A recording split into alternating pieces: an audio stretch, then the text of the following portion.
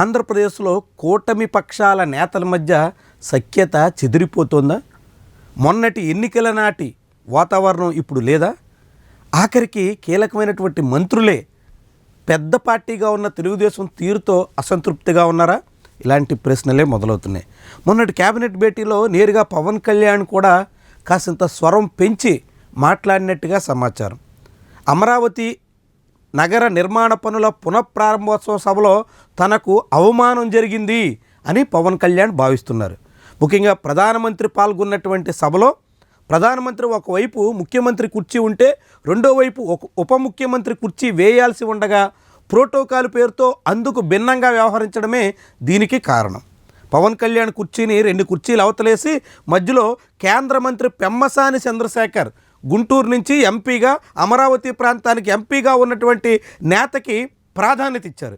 ఇది పవన్ కళ్యాణ్కి తీవ్ర ఆగ్రహాన్ని కలిగించినట్టుగా చాలామందే భావిస్తున్నారు. ఈ అంశం మీద కేబినెట్ భేటీలో పవన్ కళ్యాణ్ నేరుగా అధికారులను నిలదీయడంతో సీఎస్ సహా ముఖ్యమంత్రి కూడా మౌనం దాల్చాల్సి వచ్చింది అనేటువంటి ప్రచారం బయటకు వచ్చింది.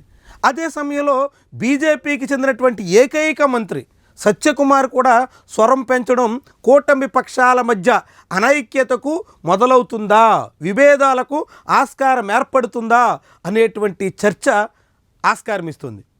మంగళగిరిలో నారా లోకేష్ ప్రాతినిధ్యం వహిస్తున్నటువంటి మంగళగిరి నియోజకవర్గ కేంద్రంలో 100 పడకల ఆసుపత్రి కోసం అంటూ శంకుస్థాపన జరిగింది.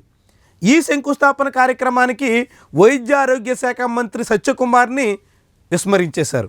కనీసం ఆయన్ని ఆహ్వానించడానికి కూడా సిద్ధం కాలేదు. తాను మంగళగిరి పరిధిలోనే అమరావతి పరిధిలోనే ఉన్నప్పటికీ తనకు ఆహ్వానం లేకపోవడం పట్ల సత్యకుమార్ చిన్నబుచ్చుకున్నట్టుగా అంతా భావిస్తున్నారు. ఈ విషయాన్ని ఆయన నేరుగా క్యాబినెట్లో ప్రస్తావించడంతో తెలుగుదేశం పార్టీ నేతలు అటు నారా లోకేష్ ఇటు చంద్రబాబు కూడా కంగు తినాల్సిన పరిస్థితి వచ్చినట్టుగా భావిస్తున్నారు. వాస్తవానికి సత్యకుమార్కి చంద్రబాబుకి మధ్య చాలా సన్నిహిత సంబంధాలు ఉన్నాయి. సుదీర్ఘకాలంగా సఖ్యత ఉంది. బీజేపీ తెలుగుదేశం పార్టీల మధ్య పొత్తు ఉన్నా లేకున్నా సత్యకుమార్కి చంద్రబాబుకి మధ్య అనేక రకాలుగా సాన్నిహిత్య సంబంధాలు కొనసాగుతూ ఉంటాయి. అలాంటి నేపథ్యంలో కూడా సత్యకుమార్ తాజా జరిగినటువంటి పరిణామాల మీద తీవ్రమైనటువంటి అసంతృప్తిని వ్యక్తం చేయడానికి అసలు కారణం బీజేపీ నేతల ఒత్తిడే అనేటువంటి ప్రచారం సాగుతోంది. మంగళగిరికి సంబంధించినటువంటి గుంటూరు జిల్లా బీజేపీ నేతలంతా సత్యకుమార్ మీద తీవ్రమైనటువంటి ఒత్తిడి తీసుకొచ్చినట్టుగా కనిపిస్తోంది.